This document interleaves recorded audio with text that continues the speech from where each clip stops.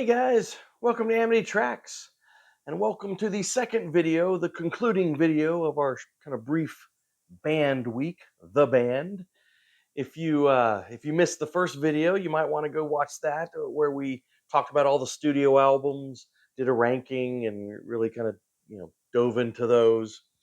So this episode, we're kind of looking at everything else. I want to talk about really essential live albums from the band, talk about compilations, a little bit about some of their solo work, beyond the band. So that's kind of what we're covering today. And should I keep wearing the hat? I think. Yeah. All right. Well, if you say so. All right. We'll wear the hat. We'll keep wearing the hat. Um, Yeah. So, what are we going to start with? Why don't we start with live albums? Let's do that. Actually, before we do that, let's get this out of the way because I do want to talk about this. This is awesome. This is the band A Musical History. So this was a box set. It was a 1, 2, 3, 4, 5 CDs, and then there was a DVD in there of some performances. I mean, this is essential if you can still find this. One, and again, this is on CD. I don't think they ever put this out on vinyl. I've never seen it, but man, it would be expensive if they did. This came out 2005. I doubt they've ever put this out on vinyl. Let me know if you've seen it on vinyl. Not that I would pay for it probably, but beautiful book. In here with very detailed essays and just I'll show you just fantastic photographs all throughout here. Uh, that's a cool one of Levon. I like that one. Man, where's some other ones? Actually, they're all cool. There they are with Bob Dylan here, right? Anyway, yeah, some great stuff in here. Great book. But what's really important about the CDs, it's got of course, all the essential songs. But in addition to that, there is just a treasure trove of rarities, especially on that disc one. A bunch of early singles when they were, Levon and the Hawks. Some of those singles when they were backing up Ronnie Hawkins, were just awesome. Kind of some, sort of harder to find stuff with Dylan early on. Yeah, so I mean, that's really the reason this is so valuable. I think is the rarities that you can find on there. All right, now let's go ahead and talk live albums. So there's some archival live albums that are out there. I think the Watkins Glen set is available, I believe. I'm just going to show you the three major ones, but I think all three of these are essential. I guess we'll just kind of go chronological order here, but starting with Rock of Ages, which was put out in 1972, recorded kind of this just electric New Year's Eve show. What really makes this show, I think, interesting, let's see, it's nice fold out here with all kinds of photos. What really makes this show, I think, really interesting is the horn section. Alan Toussaint, the great New Orleans arranger, composer, was brought on to kind of write these horn charts. And these aren't just sort of your run-of-the-mill horn charts. I mean, they're really integrated in the songs, and they're funky as hell, and they're just awesome. And it really kind of injects something special into a lot of these songs. Great set list too. It was got some rarities. A Get Up Jake, this cool B-side is on here. It's a great version on here. Of course, it opens with that killer cover of Don't Do It. Um, just that bass line from Rick Denko, man. It's awesome. So yeah, Rock of Ages. Then we've got Bob Dylan and the Band, double live album, Before the Flood. It's put out in 74. And this is killer too. The story behind this one is Bob Dylan and the band's sort of commercial uh, fortunes were kind of taking a dip, and so they agreed to do the logical thing. let's join up, go on tour together, and make a bunch of money. And they did. This was a huge tour, but I mean, stellar performances. And it's cool because you've got the band backing up Bob Dylan, like they did in the in the mid '60s when they sort of made their name, right? And then you've got the band playing their own songs, and then there is a cool, really, honestly, it's probably the best part of this great solo acoustic set from Dylan on here. So you kind of have all of it, and that's great too. Then, of course, you have the Last Waltz, which was put out, recorded in '76, finally came out in 1978, coincide with the film, directed by Martin Scorsese. I, I think it was in the 1978 video, not too long ago. I actually talked a bit about this, so I'm probably going to repeat some of that, here if you didn't watch that video. But I mean, this is incredible. This was, the story behind this is, Scorsese and Robbie Robertson were hanging out a lot.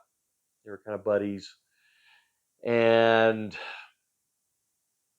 Robbie wanted to kind of at least stop the touring and kind of have this last big blowout show. I think it was at Winterland in San Francisco on Thanksgiving. And they actually served a whole full Thanksgiving dinner to everyone who was there and all that kind of stuff. One of my favorite channels, Norman Maslow. If you go to, I don't know, you got to find the video on his channel, but he was at that show and he tells some great stories about it. But and just they invite just this incredible list. It's listed on the back here, but you got Paul Butterfield, Eric Clapton, Neil Diamond, Bob Dylan, Emmylou Harris, Rodney Hawkins, Dr. John, Joni Mitchell, Van Morrison, Staples, Ringo Starr, Muddy Waters, Ron Wood, and Neil Young are all guests here. But what's cool about this, the band tear through some of their own songs. Some of them definitive, like The Night They Drove Old Dixie Down, I think is the definitive version on here. It makes no difference also.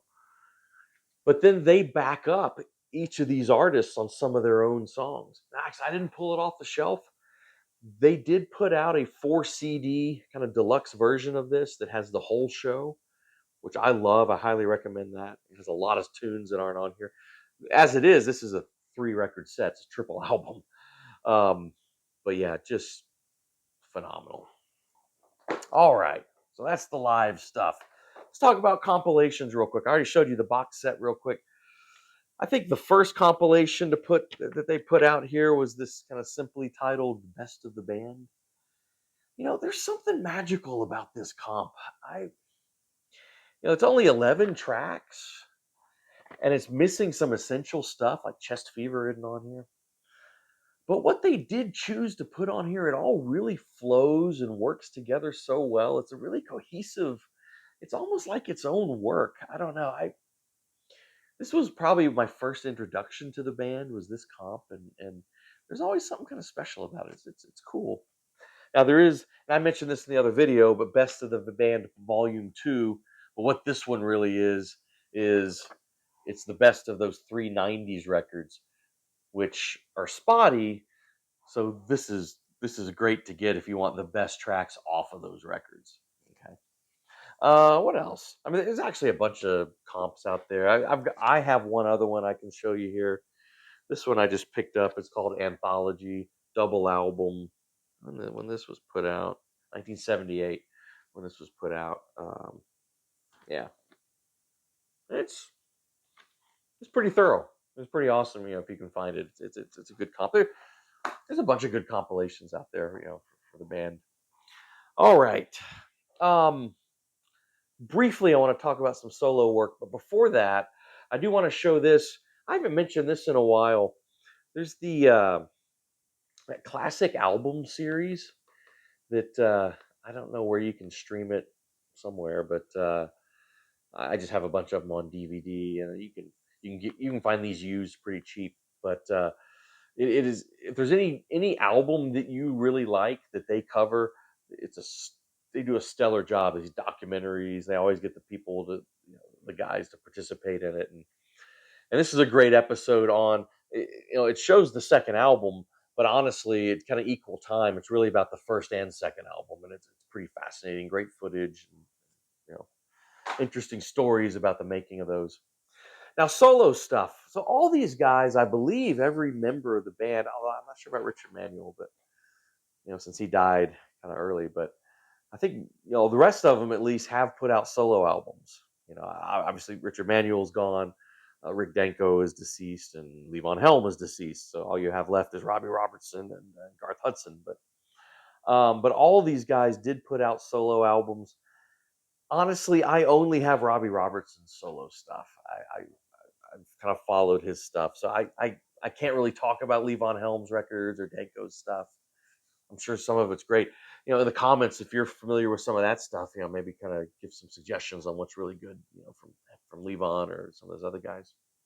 But I am very familiar with Robbie Robertson's solo career, and so I, take a couple minutes to talk about Robbie's stuff. This is his debut album, Robbie Robertson, from let's come out 1987. Now I'm going to say this. I really admire this record. I think it's a fantastic record, by the way. Uh, Robbie Robertson does the same thing that like Sting did when he started his solo career. And Robert Plant is another one. Guys who really made a really clear break from the style of their famous bands that they were in. And that's, that's what you should do, I think. If you're leaving, like Plant leaving Zeppelin, well, Zeppelin broke up, but John Bonham died. But Plant moving on from Zeppelin, Sting moving on from the Police, or Robbie Robertson moving on from the band. That's the way. To me, that's the way you do it. You don't want to just try to recreate what your band sounded like. I mean, and this couldn't be for sonically. I mean, lyrically, you definitely see some connections, but sonically, this couldn't be further from the band. This sounds more like U2 or Peter Gabriel, but like in a really good way. Funny I say that because U2 is on a song here. This is 87, the year of Joshua Tree. You're going to get U2 to back you up on a song? That's pretty impressive. Man, that opening track, Fallen Angel, with Peter Gabriel on backing vocals, is just floors me. It's gorgeous. And it's a beautiful song that Robbie Robertson wrote kind of in memory about Richard Manuel. Fallen Angel is beautiful. God, I really like Robbie's vocals, I mean, in the band, obviously he his vocals couldn't stand up to Levon Helm or Rick Danko or Richard Manuel. All three of those guys were amazing singers. Robbie Robertson is not an amazing singer in the traditional sense. He's got kind of a real sort of gruff, almost compared to Lou Reed, and that he's sometimes he's sort of it's more spoken than sung, but I really, he write in his solo career, he writes songs that kind of fit his voice. It's kind of real moody. Uses a lot of synthesizers, a lot of moods. Again, very different from the band, but I think this is a fantastic record. So, real briefly, the rest of Robbie's stuff I just have on CD here, but his second solo album, Storyville, is really good. It's kind of this interesting song cycle, sort of about New Orleans. Again, has some killer guests on here. Neil Young guests on here. Bruce Hornsby. Um, Actually, I think Rick Danko's on here too. After that, Robbie Robertson and the Road Ensemble, music for Native Americans. I think this was associated with the documentary. I never saw the documentary, but the music's very interesting. This is cool. A lot of this is instrumental.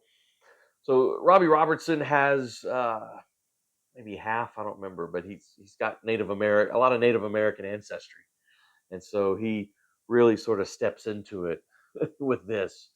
And it's cool because he has traditional Native American music, but then he also combines it with sort of his programming and synthesizers that he's really into in his solo career. And it makes for some really interesting, moody music. It's cool. This is cool. The last one I'm going to show you is the one after that is Contact from the Underworld of Red Boy. Again, Robbie Robertson. And again, real moody programming and synthesizers. I don't know, there's a track on here called Sacrifice, which is fascinating. I don't know if you know the story of Leonard Peltier. I won't get into it too much, but it's a Native American. He's in prison. He's been in prison for a long time for his involvement. I believe it was in in the early '70s. That standoff at Wounded Knee, where a few federal agents were killed and some Native Americans.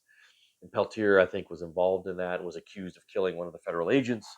He claims he's innocent, but it's interesting because well, Robbie Robertson does a phone interview with Peltier, and so he recorded Peltier telling his story, and so that's the vocal is Leonard Peltier just kind of speaking, telling his story, and then Robbie kind of creates this, really sort of mesmerizing kind of music around it, and it's just I don't know, just fascinating stuff. But I'm gonna be honest with you. After that one, now I have the rest of his stuff. What came after that? Was that How to Be Clairvoyant or something like that? And then there's Cinematic. His more recent ones are I don't think are as interesting, but his first few there I think are pretty fascinating records. Really are. Well, all right, guys. That's my band week. So I hope you guys enjoyed that. Maybe learned some stuff if you didn't know as much about the band. In the comments, what are your thoughts? On these live albums or some of the solo stuff from any of these guys, even some of the stuff I didn't talk about. But that maybe I don't have. That would be cool. Well, please do subscribe to the channel. We appreciate it. Really helps us out. Hit the bell for notifications, and like the videos, all that good stuff. And we'll see you next time on Amity Tracks. I think I'm not sure what's coming up next week. I think we got to do the next year. We haven't done that in a while. What's 1980? We're getting into the 80s. That's crazy. All right. Anyway, we'll see you next time.